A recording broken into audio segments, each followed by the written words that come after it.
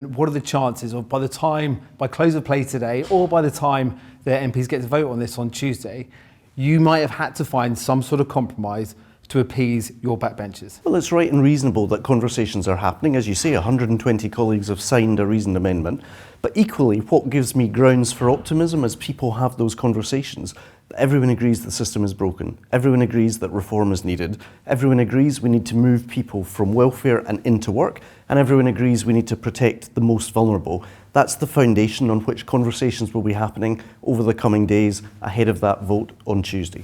I understand that you're not focused on the screaming headlines, but talking to many Labour backbenchers, they make the point of, look, we've had to U-turn on winter fuel payments for elderly people. We're now going into this landmark welfare reform bill, and it's all over the shop at the moment. There are Labour backbenchers who are looking for reform change within Downing Street.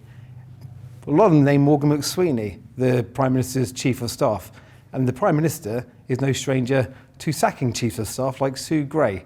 Is Morgan McSweeney's post safe? Honestly, I'm much less interested in gossip in SW1 than getting this legislation right in the streets, in the towns and in the communities right across the country.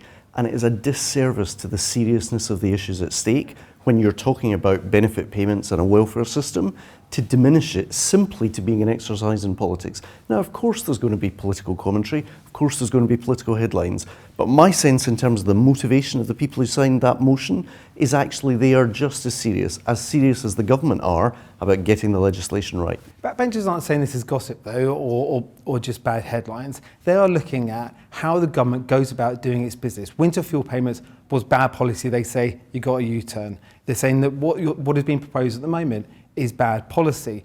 There's only so many times you can do bad policy after bad policy, and sometimes you've got to think, why are we making this bad policy? Well, listen, we had 14 years of a Conservative government, 5 Prime Ministers.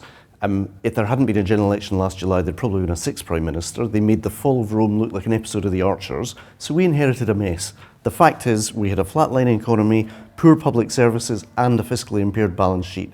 We're 1 year into a 5-year parliament. This is not a sprint over the first year, it's a marathon over 5 years.